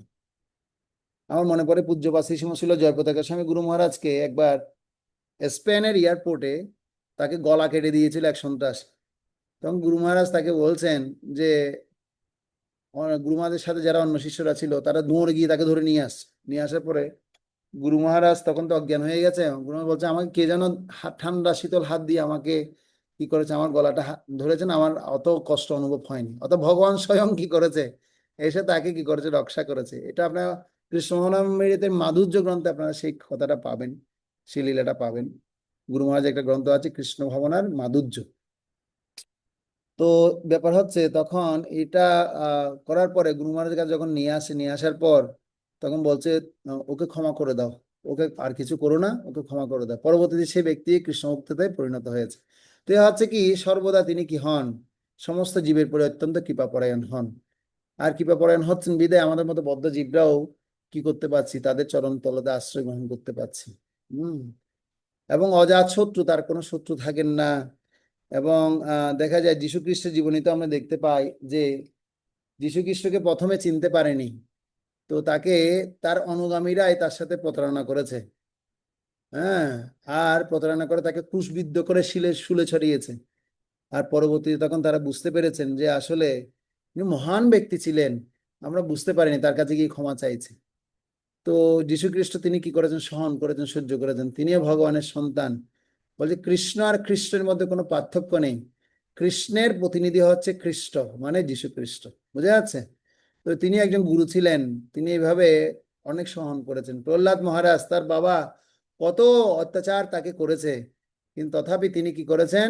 সমস্ত সর্বজীবের মধ্যে তিনি আত্মারূপ দর্শন করেছেন। শত্রুর মধ্যে পরমাত্মাকে দেখেছেন, গাছের মধ্যে পরমাত্মাকে দেখেছেন, হ্যাঁ, পাহাড়ের মধ্যে পরমাত্মাকে দেখেছেন। প্রহ্লাদ মহারাজ দেখেছেন কিনা? তো আমরা তো এরকম, আমার পাশের জনের মধ্যে যে এত ভক্তি অনুশীলন সে করছে, তার প্রতিও তো আমরা কি হয় না, এরকম কৃপা পরায়ণ হয় না, আত্মার উপর তাকে দেখিনি। তো এটা কেমন দৃষ্টিকোণ হলে এরকম চরিত্র আসবে? আসলে আমিও আপনাদেরকে খুব বক্তব্য সুন্দর মতো বুঝিয়ে বলতে পারছি না, বলার চেষ্টা করছি, কিন্তু আমার মধ্যে সেই উপলব্ধি কি নেই, সেটা স্ট্রং নেই। কিন্তু অনুশীলন করছি, আমাদেরও সেভাবে অনুশীলন করা উচিত। অনুশীলন করলে আমরা কি করতে পারবো, সেই অনুশীলনটা কিভাবে হবে? 24 ঘন্টায় শ্রীকৃষ্ণের সেবায় মগ্ন থাকার অনুশীলন করতে হবে। তো তিনটা বিষয় আছে। একটা হচ্ছে আমি যখন ভক্তিশাস্ত্রী ক্লাস নিই, একটা বলা হচ্ছে কর্মকাণ্ড। কর্মকাণ্ডে মানে সকাম কর্মের বাসনা নিয়ে কেউ যখন ভগবান ভক্তি করবে তাকে বলা হয় সকাম কর্মী। কামনা বাসনা নিয়ে যে ভক্তি করবে, ভক্তি হরে কৃষ্ণ আনন্দ করছি আর কামনা বাসনা করছি, এটাকে বলা হয় সকাম কর্মীর বাসনা। এ সকাম কর্মের ঊর্ধ্বে হচ্ছে ভক্তি মিশ্রা কর্ম। যিনি 2 ঘন্টা ভক্তির অনুশীলন করবেন আর 22 ঘন্টা তিনি কি থাকবেন, 22 ঘন্টা তিনি কৃষ্ণ ভাবনাময় কর্ম করবেন, তাকে কি বলা হয়?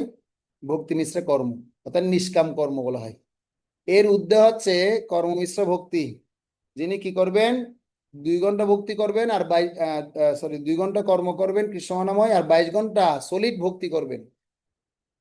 তো একে বলা হচ্ছে কর্মমিশ্র ভক্তি। এর ঊর্ধ্বে হচ্ছে অনন্য ভক্তি।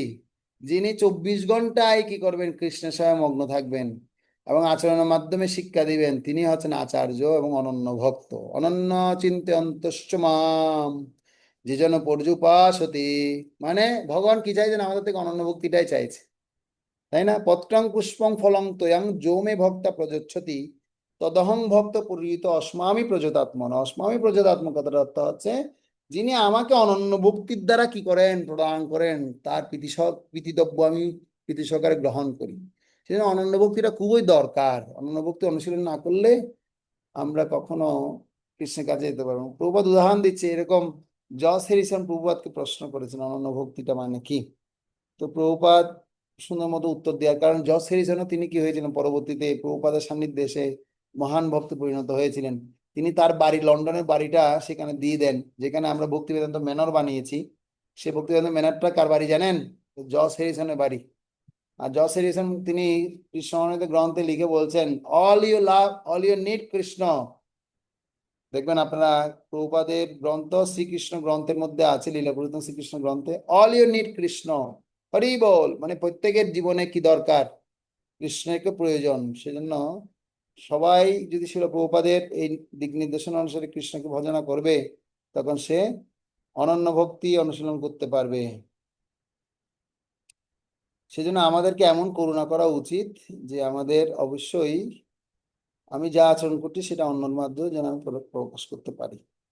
তো যারা এবার অসৎগুরুর কথা বলা হচ্ছে, আমি আর 10 মিনিট বলবো আপনাদেরকে, জানি না কতটুকু শেষ করতে পারি। এই প্রসঙ্গ শেষ না হলে নেক্সট ক্লাসে আবার আরেকটা আলোচনা করবো, ঠিক আছে?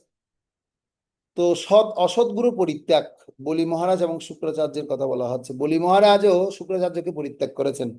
যখন ভগবান বামনদেব যখন আসছিলেন, এসে তিনি কি করেছেন, আহ বামনদেব যখন আসছেন, এসে বলি মহারাজের কাছ থেকে ভিক্ষা চাইছে, বলছে আমাকে ভিক্ষাং দেহি। আর বলি মহারাজ তো সে প্রহ্লাদ মহারাজের নাতি। তো বলছে ঠিক আছে, আহ তাহলে আপনার ত্রিপাদ মানে তো ছোট অল্প জায়গা, আপনি 3 বা কেন চাইছেন, বেশি করে চান? আমার তো ঐশ্বর্যের খাটতি নেই, কমতি নেই, তো আপনি বেশি করে নিন না, অসুবিধা কোথাও? অসুবিধা আছে? বেশি করে নিন, বেশি করে চান। বলছে আমার বেশি লাগবে না, শুধু 3 পা দিন। আর শুক্রাচার্য বুঝে গেছে, বলছে আরে বাবা, এ তো ভগবান রূপে আসছে, ভগবান সে বামন রূপে ধারণ করে আসছে। আরে একে এখন যদি দেয়, সে তো পুরা স্বর্গ রাজ্য, পৃথিবীর রাজ্য, মানে পাতাল পাতাল রাজ্য সব দখল করে ফেলবে, ত্রিভুবন দখল করে ফেলবে। এখন এই বলি মহারাজের মাথায় যে কি ঢুকেছে, বলি মহারাজ তিনি কি দেখতে পাচ্ছেন যে আসলে এই দিব্য পুরুষটাকে দেখে তার খুব ভালো লেগেছে। সে কথা দিয়ে দিয়েছে, বলছে হ্যাঁ আপনি ত্রিপাদ ভূমি কি করুন, আমার থেকে নিন। এই নিন, আমি আপনাকে কি দিচ্ছি, উৎসর্গ দিচ্ছি, জল। জল দেওয়ার মাধ্যমে তাকে কি করলেন, আচমন করানোর সাথে সাথে তিনি রাজি হয়ে গেছেন। আর শুক্রাচার্য কি করেছেন, ওই কুমণ্ডলের মধ্যে ঢুকে বসে আছে, জল আর বের হচ্ছে না, জল আর বের হচ্ছে না। সেজন্য বলি মহারাজ কি বামনদেব তখন কি করলেন, একটা ছোট্ট কাঠি নিয়ে তখন সেটা কি করলেন, আহ তার সেই কুমণ্ডলের ভিতরে ঢুকিয়ে দিয়ে তার চোখ নষ্ট করে দিয়েছে। আর নষ্ট করে দেওয়ার সাথে সাথে সেই শুক্রাচার্য বেরিয়ে গেছে, আর বলি মহারাজ এদিক দিয়ে আচমন করে দিলেন। করে দেওয়ার সাথে সাথেই তিনি ত্রিপাদ ভূমি এবার নিচ্ছেন। প্রথম পা দিয়ে স্বর্গ মর্ত পাতাল সমস্ত লোক তিনি দখল করে নিয়েছেন। দ্বিতীয় পা দিয়ে নিচে নির্মলোকে সমস্ত অতল বিতল সুতল তলাতল পাতাল রসাতল সব নরক পর্যন্ত তিনি দখল করে নিলেন। এবার বাকি রইলে আরেকটা পা, বলছে আরেকটা পা কোথায় দিব বলো বলি। তুমি কিন্তু কথা বলেছো যে আমাকে দিবে তিপাত। বলছে প্রভু আমি তো চিনে গেছি আপনি হচ্ছেন ভগবান, কিন্তু আমার পূর্ববংশ আপনার ভক্ত ছিল, তা আমি আর কোনো আর কি উপায় দেখতে পাচ্ছি না। এখন আমি তোমার আত্মনিবেদন তুয়া পদে করি, এখন আমি সম্পূর্ণভাবে তোমার চরণে আত্মনিবেদন করে ফেললাম। আপনি কি করুন, আপনি আপনার এই চরণটা আমার মস্তকের মধ্যে দিন। আপনি তো আমাকে দখল করতে পারেননি, কিন্তু এখন আমি আপনাকে সমর্পণ করে দিই। তখন বলি মহারাজের এই সমর্পণ দেখে বামনদেব এত প্রসন্ন হয়ে গেছেন, বলছে তুমি তোমার গুরুদেবকে পর্যন্ত মানে কি করলে, পরিত্যাগ করলে। অর্থাৎ সেজন্য অসৎ গুরুকে পরিত্যাগ করলে আমাদের কোনো কি নেই, ক্ষতি নেই। অনেক সময় আমাদের ইসকনে আমরা আসি, আসলে কি হয়, অন্য অন্য অনেক গুরুদেব থেকে আমরা দীক্ষা নিয়ে নিয়েছি, কিন্তু অসৎ গুরুদেব পরিত্যাগ মানে দীক্ষা নিয়েছি, কিন্তু সেই গুরুদেবের আচার আচরণ ঠিক নেই। যেমন আমি আমার ব্যক্তিগত জীবনের কথা আপনাদেরকে বললাম, তো এরকম নেওয়ার পরেও আমার চরিত্র কোন পরিবর্তন হয়নি, কিন্তু যখন আপনি ইসকনে এসেছেন আপনার চরিত্র পরিবর্তন হচ্ছে, চেতনা পরিবর্তন হচ্ছে, আরো শুদ্ধ হওয়ার জন্য চেষ্টা করছি, তাহলে আমাকে অবশ্যই অসৎ গুরু পরিত্যাগ করতে হবে। তবে তাকে সম্মান দিতে পারেন, কিন্তু পরিত্যাগ করলে অসুবিধার কিছু নেই। যদি আপনি সেই অসৎ গুরুর চিন্তায় মগ্ন হয়ে থাকেন, তাহলে আপনার আর কিছু হবে না, আপনার লাইফ ডেস্ট্রয় হয়ে গেল, শেষ। সেজন্য সদ্গুরুদেবের চরণে কি হব, প্রণিপাত করব। তদ্বিদ্ধি প্রণিপাতেন পরিপ্রশ্নেন সেবয়া উপদেক্ষান্তিতে জ্ঞানম জ্ঞানেন স্তর্ত দোষিন। সে সদ্গুরু শরণাগত হও, বিনম্র চিত্তে তাকে প্রশ্ন জিজ্ঞাসা করো, অকৃত্রিম সেবা দ্বারা তাকে সন্তুষ্ট করো, তাহলে সে তত্ত্বদৃষ্ট পুরুষরা তোমাকে জ্ঞান উপদেশ দান করবে। এরকম অসৎ গুরুদেবের চরণে সমর্পণ করে কোনো লাভ হবে না, বরঞ্চ আপনার পকেট খালি হতেই থাকবে। আর সদ্গুরুদেবের চরণে যদি সমর্পণ করে যদি নিজের জীবনটাকেও দিয়ে দিতে পারি, তাহলেও কোনো অসুবিধার কিছু নেই, কেননা এই সদ্গুরুদেব আপনাকে কৃষ্ণের কাছে নিয়ে যাবে। বুঝা যাচ্ছে? তো এ হচ্ছে আমাদের প্রসঙ্গ। তো আমরা দেখতে পাচ্ছি শিল জয়প্রতাপ স্বামী গুরু মহারাজ বলছেন, তুমি কি আমাকে কখনো পরিত্যাগ করবে? আমি কালকে একটা সুন্দর কোট পড়ছিলাম গুরু মহারাজের। তিনি বলছিলেন যে তিনি খুব মানে মানে খুব কষ্ট থেকে বলছেন যে তুমি একমাত্র আমাদের ভরসা, আমাদের পরিত্যাগ করে তুমি যেও না, তুমি হচ্ছে একমাত্র আমাদের ভরসা। তো সেজন্য যে কেউ যখন সদ্গুরু প্রাপ্ত হবে, তখন তাকে কখনো উচিত না যে তিনি সদ্গুরুদেবকে পরিত্যাগ করবেন। তো এই জন্য তিনি আমাদের ছুটতে বারণ করছেন। ছুটো না মোহের পেছনে, আমরা তো মোহেতে পড়ে আছি। লক্ষ্যে নিবিষ্ট করো তোমার যে সর্বোচ্চ চিন্তা, লক্ষ্যটাকে কি করো, যদি লক্ষ্য থাকে অটুট, অটুট অটুট লক্ষ্যের কথা তুমি চিন্তা করো। হ্যাঁ, দোষ ধরো না কারো, তুমি কাউকে দোষ ধর, দোষ দোষ কারো দোষ তুমি কি করো না, চিন্তা করো না। সর্বদা নিবিষ্ট থাকো ভগবানের ভাব নাই, আমাদের ছেড়ে যেও না, তুমি একমাত্র আমাদের ভরসা। তো আপনারা আমাদের একমাত্র ভরসা। আপনারা এই যে যে কৃষ্ণানন্দদের সঠিক পথে এসছেন, এইভাবে আপনারা গুরু নির্বাচন করবেন, গুরু নির্বাচন করে আপনারা সদ্গুরু শরণাগত হবেন, হয়ে এই কৃষ্ণ মহানবমীতে আরো উন্নত উত্তরোত্তর বৃদ্ধি করার জন্য আপনারা চেষ্টা করবেন। ঠিক আছে? সেজন্য অসৎগুরু পরিত্যাগ করে সদ্গুরু আমাদের গ্রহণ করা উচিত। অবৈষ্ণব উপদিষ্টেন মন্ত্রেণ নিরয়ম ব্রজেত ইনুশ্চ বিধিনা সম্যক গ্রাহেত বৈষ্ণবাদ গুরু। অবৈষ্ণব বা উপাদিষ্ট মন্ত্র গ্রহণ করলে নরকে গতি হবে। যথাশাস্ত্র পুনরায় বৈষ্ণব গুরুর নিকটে মন্ত্র দীক্ষা গ্রহণ করা উচিত। হরিভক্তি বিলাস গ্রন্থে যে আমি আপনাদেরকে বললাম, শ্রী চৈতন্য মহাপ্রভু সনাতন গোস্বামীকে যে বলেছেন হরিভক্তি বিলাস গ্রন্থ লিপিবদ্ধ করতে, সে হরিভক্তি বিলাস গ্রন্থের চতুর্থ অধ্যায়ের 144 নম্বর শ্লোকে কথা বলা হচ্ছে। হ্যাঁ, সেজন্য আমাদের কি করতে হবে, অসৎগুরু পরিত্যাগ করতে হবে। পারমার্থিক গুরুবাশ্রয় ব্যবহারিক এবং গুরুবাদী পরিত্যাগ নাপি কর্তব্য। ব্যবহারিক লৌকিক এবং কুলগুরুর ইত্যাদি গুরু পরিত্যাগ করে পারমার্থিক সদ্গুরুর আশ্রয় গ্রহণ করা উচিত। আমাদের এরকম অনেক গুরু দেখেছি আমরা। আপনারা রাম রহিম সিং এর নাম শুনেছেন? হরে কৃষ্ণ। তার কত ফলোয়ার ছিল, কত ভণ্ড ফলোয়ার ছিল। ভণ্ড ফলোয়ার না, তাকে যারা ফলো করেছে সব ভালো মানুষ ছিল, কিন্তু ও ছিল হচ্ছে কি ভণ্ড, যার কারণে তাকে পরবর্তীতে জেলে যেতে হয়েছে। প্রভুপাদ বৈষ্ণব সদাচার গ্রন্থে তিনি লিপিবদ্ধ করে বলছেন যে একটা নাম তিনি বলছে খুব সাবধান, আমাদের কৃষ্ণ মানবীকে খুব সাবধানতার সহিত অনুশীলন করতে হবে। যেন ওই বাবাজির মতো যেন আমাদের কৃষ্ণ নামিত ধ্বংস হয়ে যেন না যায়। ওই বাবাজি তিনি একটু ভুলের কারণে, চুরি করার কারণে, হ্যাঁ, তার সমস্ত যত পূর্ব পরিকল্পনা ছিল, বর্তমান পরিকল্পনা ছিল, সব ভেস্তে গেছে। সেজন্য আমরা আমাদের কৃষ্ণ নামিত জীবনে এবং আমরাও এই ধরনের ভুল থেকে যেন আমরা সাবধান হয়ে যাই, যেন আমরা শিখি, আমরা যেন কখনো এই ধরনের কাম অর্থাৎ কনক কামিনী এবং প্রতিষ্ঠার জন্য যেন আমরা ছুটে যেন আমাদের যে শিক্ষা দীক্ষা যার স্থিতি রয়েছে এটাকে যেন নষ্ট করে না ফেলি। ঠিক আছে ভক্তবৃন্দ, সেন্টারে মালিক হয়ে যেন শুধুমাত্র মালিকানা করার দাবি যেন না করি। ঠিক আছে, আমাদের কি করতে হবে? শুধু সৎভাবে হরিভক্তি অনুশীলন করতে হবে। সৎভাবে হরিভক্তি অনুশীলন করতে পারবো মানে তখন কি হবে? তখন আপনি কত ফলোয়ার আপনি চান, আপনার পিছনে শুধু ছুটবে আর ছুটবে। আরে শুদ্ধ ভক্তকে আমার দরকার, শুদ্ধ ভক্তকে আমার দরকার। এখন তো আমরা শুদ্ধ হওয়ার থেকে বেশি কি করছি, বাইরে দেখাচ্ছি বেশি। দেখবেন মূলা, যখন মূলা গাছ দেখেছেন আপনারা? মূলা গাছ, হ্যাঁ, তো মূলা গাছের উপরে কিন্তু দেখবেন খুব সুন্দর বিশাল কি থাকে, বাহারি পাতাগুলো এত সুন্দর বাহার, কিন্তু নিচে শুধু ভিতরে মূলার অংশটা হচ্ছে ছোট। এরকম কিছু কিছু জিনিস থাকে, মানে বাহারটা দেখে খুব বাইরে খুব বেশি বাহার দেখে। এই দেখুন বাহারি গুরুর স্বরূপ দেখতে পাচ্ছেন, এই যে দেখাচ্ছি বাহারি গুরু, বাহারটা খুব ভালো, কিন্তু ভিতরে হচ্ছে কি ঠস ঠস, ফসফস। উপরে ফিটফাট, ভিতরে সদরঘাট। একটা কথা বলি আমাদের চট্টগ্রাম ভাষায়, হ্যাঁ, উদ্দি ফিটফাট, ভিতরে সদরঘাট, চাটিয়া ভাষায় বলে এটাকে। সেজন্য ভিতরে হচ্ছে কি পুরো ফাঁকা। সেজন্য ভিতরে ফাঁকা জিনিসটা বেশি দিন কি করবে না, টিকবে না। সেটা একটু টিপ দিলেই সাথে সাথে কি হয়ে যাবে, ভেঙে চুরমাচুর হয়ে যাবে।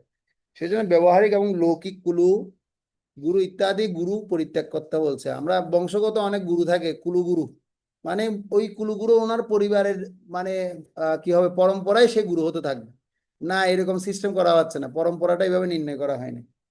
পরম্পরাটা নির্ণয় হবে যদি তিনি তত্ত্ববেত্তা হবে, তাহলে তিনি পরম্পরায় ঢুকবে, নাহলে পরম্পরা হবে না। এই জন্য কুলুগুরু যারা আছে, আমি আমাদের গ্রামে দেখতাম একটা পরিবার বলছে আমাদের কুলুগুরু থেকে আমাদের দীক্ষা নিতে হবে, আপনাদের ইসকনের গুরু থেকে আমি চাই না, জানতো। তা ওই যে এরা অন্ধ হয়ে গেছে। কি অন্ধ হয়ে গেছে? গুরু অন্ধ হয়ে গেছে। কি গুরু অন্ধ? মানসিক ভাবে সে, মানে এভাবে অন্ধ হয়ে গেছে, সেই গুরু কি আচার আচরণ করছে সেটা দেখছে না। আমার বাপ নিয়েছে কেন, আমার দাদা নিয়েছে কেন, আমাকে সেভাবে কি করতে হবে, সেখান থেকে দীক্ষা নিতে হবে। এটা কোনো মানে হয়? কোনো ভ্যালু হয় এটার? কোনো ভ্যালুস আছে এটার? কোনো ভ্যালু নাই। তো সেজন্য আমাদের কি করতে হবে, পারমার্থিক সদ্গুরুর আশ্রয় গ্রহণ করা উচিত, এবং বংশ পরম্পরায় গুরু গ্রহণ করা নয়, যেটা আমরা দেখেছি। তো এখানে সিদ্ধান্ত দিচ্ছে, শিব পার্বতীকে বলছে গুরু গ্রহণের ক্ষেত্রে আমাদের কখনো অন্ধ হওয়া উচিত নয়। গুরুন্ম বহব সন্নিশিষ্য বিদ্যা পহারকা দুর্লভ সদ্গুরু নাম দেবী শিষ্য সৎমা পহারক। বলা হচ্ছে হে দেবী, শিষ্যের বিত্তধন অপহারক গুরু গুরুন্ম এই জগতে আছে, কিন্তু শিষ্যের দুঃখ নাশক একজন সদ্গুরু সুদুর্লভ। পার্বতীকে শিবজি বললেন। সেজন্য সাধু গুরু এবং শাস্ত্রের মাধ্যমে বিচার করতে হবে। সাধু শাস্ত্র বাক্যে যদি কৃষ্ণ উন্মুখ হয়, জীবন বিস্তারিতে মায়া তাহারে ছাড়াই। আমাদের কমলোচন গৌরাঙ্গ প্রভু একবার ক্লাস নিচ্ছিল, তিনি এই শ্লোকটা বলেছিলেন, আমার মুখস্থ হয়ে গেছে। সাধু শাস্ত্র বাক্যে যদি কৃষ্ণ উন্মুখ হবে, তাহলে জীব নিস্তারে মায়া তাকে ছাড়াতে পারবে।